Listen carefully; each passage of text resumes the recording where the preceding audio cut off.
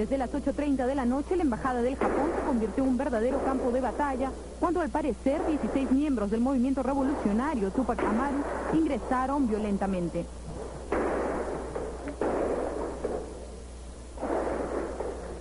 En el lugar se encontraban casi 200 invitados que celebraban el cumpleaños del emperador japonés.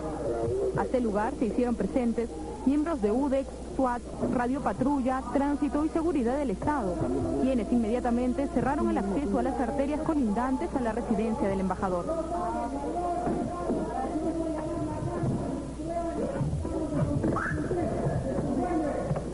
Durante más de media hora, continuas ráfagas se escuchaban, por lo que la tensión era permanente. A las 9:45, un representante de la Cruz Roja salió de la embajada para solicitar que 2 policías ingresen para ayudar a evacuar a las mujeres y ancianos afectados por los gases lacrimógenos lanzados al interior. En minutos comenzaron a evacuar a los heridos y a algunos de los rehenes.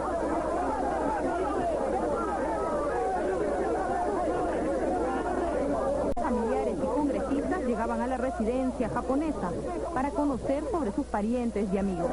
La tensión continúa y los terroristas atrincherados reclaman la liberación de sus compañeros. El presidente Alberto Fujimori habría abandonado la residencia minutos antes de que esta fuese tomada. Bien, esto fue un informe de lo que ocurrió desde aproximadamente 5 minutos para las 8 hasta las 8:30. Desde esa hora, terroristas del MRTA mantienen como rehenes a los invitados a una recepción en la residencia del embajador de Japón. En el lugar... Para quienes no lo sepan, este es un breve recuento de lo que ocurrió aquella noche del 17 de diciembre de 1996. El embajador Morihisa Aoki celebraba en su residencia el cumpleaños del emperador japonés. En estas imágenes grabadas solo minutos antes de la incursión terrorista, vemos a Alfredo Torres de la encuestadora Apoyo conversando amenamente con Alejandro Toledo y Manuel Torrado de Datum. Así como ellos, casi 500 invitados repartían en el jardín posterior de la residencia. El canciller Francisco Tudela, el general Máximo Rivera, jefe de la DINCOTE, y la madre y el hermano del presidente Fujimori son solo algunos ejemplos de las personalidades que allí se encontraban. Decenas de oficiales de la policía y las Fuerzas Armadas, congresistas, ministros de Estado y embajadores de varios países fueron sorprendidos a las 8:20 de la noche, cuando el grupo liderado por Serpa tomó por asalto la residencia. En estas imágenes, grabadas por los mismos terroristas, vemos cómo se camuflaron dentro de una ambulancia y cómo planificaron al milímetro la operación. Tras unos minutos, todos los invitados habían sido obligados a entrar a la casa, y en ese momento se les informó que quedaban retenidos en calidad de rehenes. Todos acataron la orden, excepto 2 personajes que, presas del pánico, aprovecharon un descuido de sus captores para huir. Uno de ellos, Hernando Andrade Carmona, alcalde de Miraflores, y el otro, el comandante Rodolfo Reátegui Rodríguez, delegado de la Presidencia de la República. Esa misma noche, el MRTA dejó en libertad a todas las mujeres. Durante la siguiente semana, permitió la salida de 263 rehenes más. Entre febrero y marzo del 97, por distintos motivos, 13 personas más fueron liberadas. Es así que para abril del 97, la residencia japonesa albergaba a 72 rehenes bajo la amenaza de 14 terroristas que exigían la liberación de más de 400 presos del MRTA que purgaban distintas condenas a lo largo y ancho. Alberto Fernández fue uno de los 6 oficiales de las Fuerzas Armadas que trabajaron bajo el mando del almirante Luis Gianpietri en las labores de inteligencia que permitieron conocer los detalles que luego ayudarían a la liberación.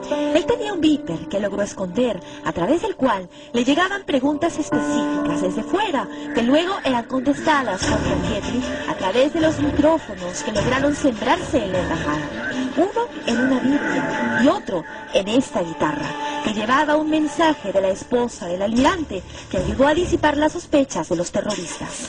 El micro estaba instalado al interior de la guitarra y fue una invalorable ayuda que permitió una comunicación constante. Este, por ejemplo, es uno de los audios en el que Gianpietri proporciona información valiosa.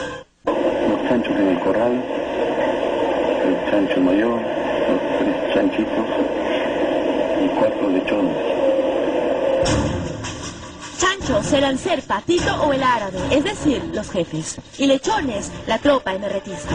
Para que los comandos pudieran ingresar a la residencia, era necesario que la mayor cantidad de chanchos y lechones estuvieran en la planta baja, para así neutralizarlos con una primera explosión desde los túneles. Los terroristas se habían acostumbrado a jugar fulbito por las tardes y enviaban a un solo hombre a cuidar a todos los rehenes que se encontraban en el segundo piso.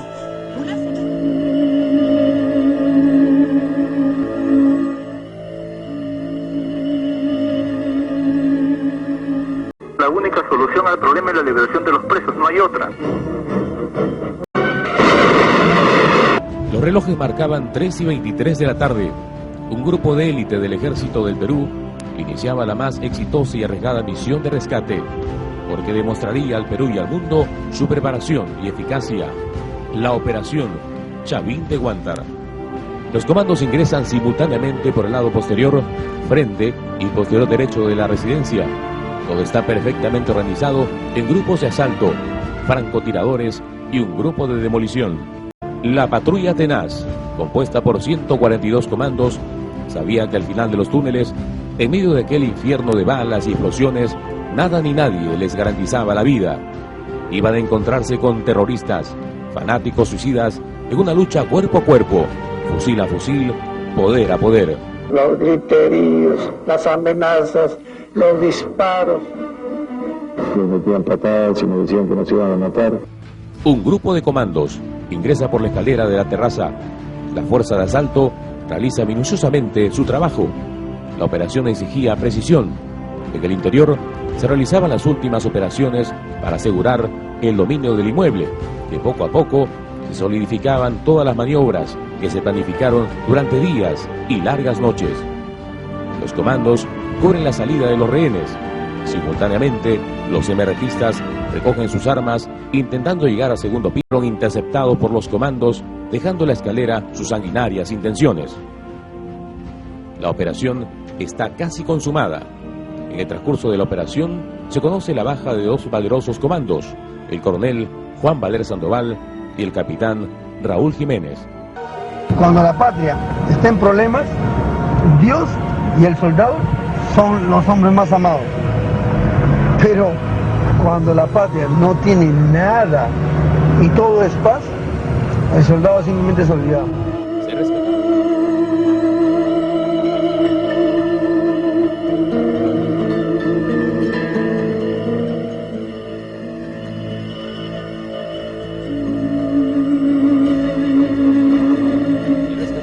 A los 72 rehenes. Lamentablemente fue herido uno, el doctor Carlos Yusti Acuña, vocal de la Corte Suprema de Justicia, quien falleció posteriormente. Estas fueron las imágenes que concluyeron con 126 días de detención. 22 de abril de 1997. Gracias a la preparación correcta, al valor, a la mística de nuestros soldados, se dio fin a una de las páginas más amargas de la historia de nuestro país. Finalmente, el símbolo del terror que había flameado en lo alto de la residencia, intentando demostrar un dominio y poder inexistentes entre todos los peruanos, fue arrancado y lanzado en señal de victoria. La operación Chavín de Huántar tuvo a nivel mundial una espectacular resonancia por la perfección en su ejecución, la rapidez, coordinación y la valentía de los comandos que actuaron para impedir la amenaza terrorista. Organismos internacionales. Pero ¿cómo se inicia la historia de Chavín de Huántar? Muy pocos saben. El día siguiente de la toma de la embajada, se empieza a formar ya el grupo de comandos que ingresarían a rescatar a los rehenes. Algunos fueron convocados por sus jefaturas, pero muchos otros se presentaron voluntariamente con la intención de colaborar. Ese fue el caso del teniente Raúl Gustavo Jiménez. Una semana antes del 22 de abril del año 1997, se inició la incursión de los comandos en las distintas casas vecinas a la embajada, desde donde iniciarían su ataque. Algunos entrarían por túneles, otros por puertas y ventanas. A las 3:17 de la tarde, la orden de atacar llegó. No pasó mucho tiempo que los primeros bombazos transmitidos en vivo por la televisión nacional paralizaron al país. parte baja había un comando que me vio seguramente muy alterado y me dijo: tranquilo, ya todo acabó, Dios está con nosotros.